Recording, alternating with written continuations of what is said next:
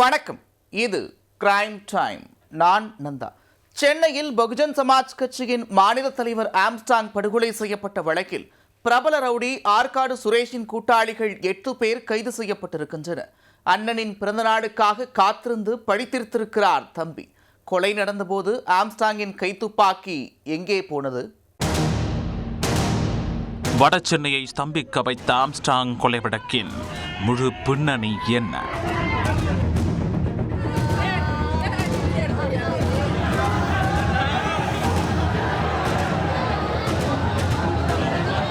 பகுஜன் சமாஜ் கட்சியின் மாநில தலைவரான ஆம்ஸ்ட்ராங் சென்னை பெரம்பூர் பகுதியில் தான் வசிக்கும் வீட்டின் அருகே இருந்தபோது வெட்டி படுகொலை செய்யப்பட்டார்.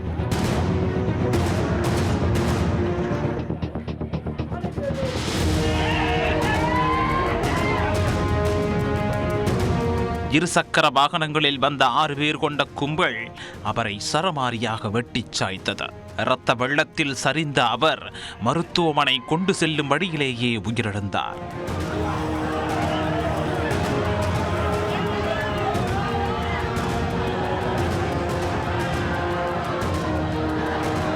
ஒரு தேசிய கட்சியின் மாநில தலைவர் கொலை செய்யப்பட்ட சம்பவம் சென்னை மட்டுமல்லாது தமிழகம் முழுவதும் பெரும் பரபரப்பை ஏற்படுத்தியது.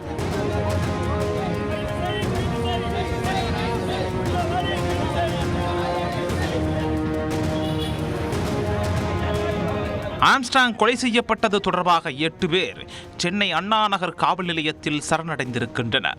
சரணடைந்த பொன்னை பாலு, அருள், செல்வராஜ், மணிவண்ணன், திருமலா, ராமு, சந்தோஷ், திருவேங்கடம் ஆகிய 8 பேரையும் கைது செய்து நடத்திய விசாரணையில் பல அதிர்ச்சி தகவல்கள் வெளிவந்தன.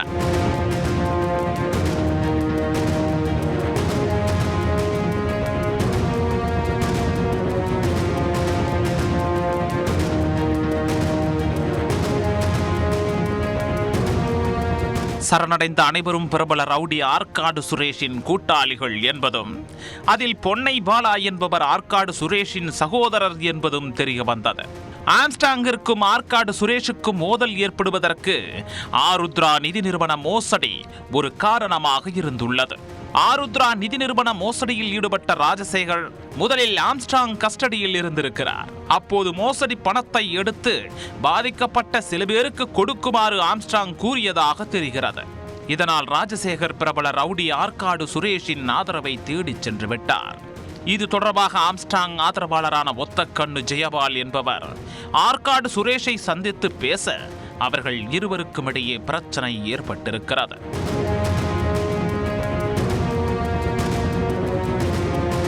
ஆற்காடு சுரேஷ் அனைவரின் முன்னிலையிலும் ஒத்தக்கண்ணு ஜெயபாலை அசிங்கமாக பேசியிருக்கிறார்.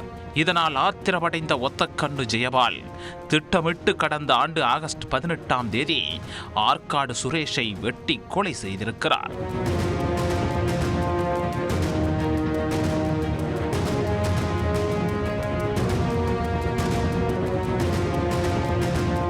இந்த வழக்கில் ஒத்தக்கண்ணு ஜெயபால் கைது செய்யப்பட்டு சிறையில் அடைக்கப்பட்டுள்ளார்.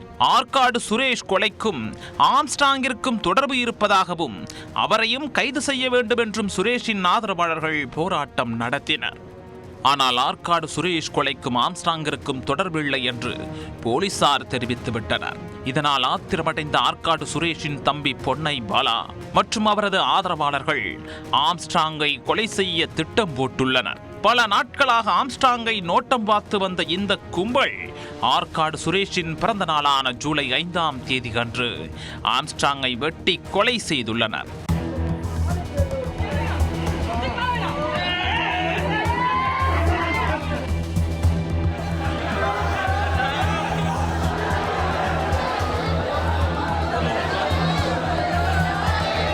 ஜொமாட்டோ ஊழியர்கள் போல உடையணிந்து இருசக்கர வாகனங்களில் வந்த 6 பேர் கொண்ட கும்பல் ஆம்ஸ்ட்ராங்கை அவரது வீட்டருகே வைத்து வெட்டி கொலை செய்துள்ளது.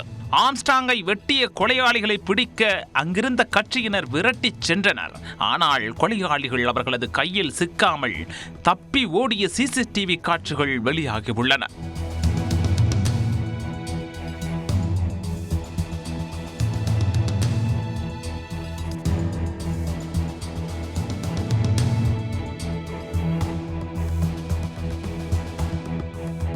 ஆம்ஸ்ட்ராங் சட்டம் படித்தவர்.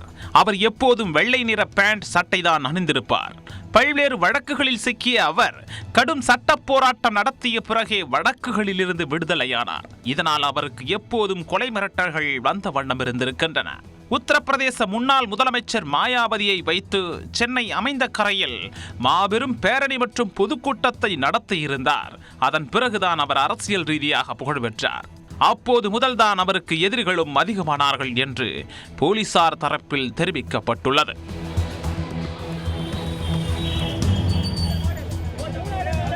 ஒரு தேசிய கட்சியின் மாநில தலைவர் வெட்டி படுகொலை செய்யப்பட்ட சம்பவம் அனைவரையும் அதிர்ச்சி அடைய வைத்துள்ளது.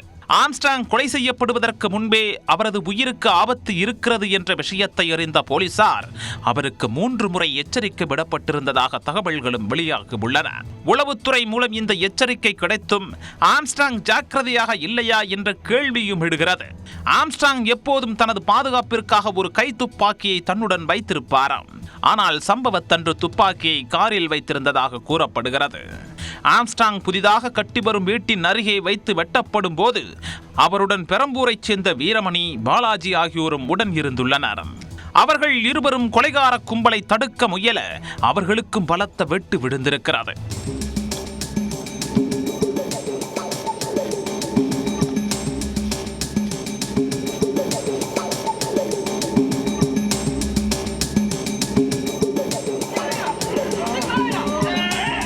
ஆம்ஸ்ட்ராங்கின் உடல் சென்னை ராஜீவ்காந்தி அரசு மருத்துவமனையில் உடற்குறாய்வு செய்யப்பட்டு ஊர்வலமாக எடுத்துச் செல்லப்பட்டு அவரது வீட்டருகே உள்ள ரயில்வே ஹாலில் பொதுமக்கள் அஞ்சலிக்காக வைக்கப்பட்டது.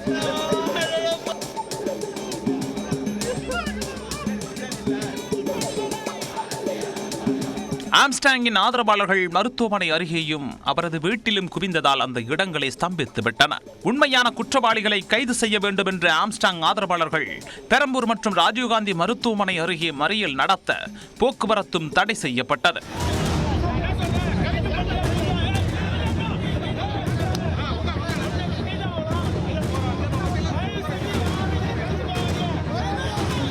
அசம்பாவித சம்பவங்கள் நடைபெறாமல் தடுக்க ஆயிரக்கணக்கான போலீசார் பாதுகாப்பு பணியிலும் ஈடுபடுத்தப்பட்டுள்ளனர். தனக்கென தனிப்பட்ட முறையில் லட்சக்கணக்கான விசுவாசிகளை கொண்ட ஆம்ஸ்ட்ராங் கொலை செய்யப்பட்ட சம்பவம் அவரது ஆதரவாளர்கள் அனைவரையுமே அதிர்ச்சி அடைய வைத்துள்ளது.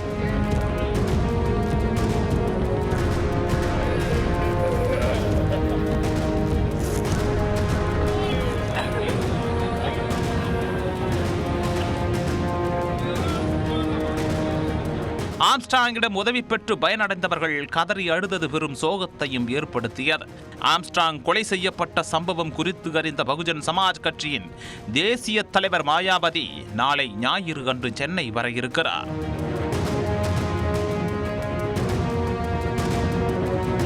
ஆம்ஸ்ட்ராங் படுகொலை செய்யப்பட்ட சம்பவம் வட சென்னையையே ஸ்தம்பிக்க வைத்திருக்கிறது.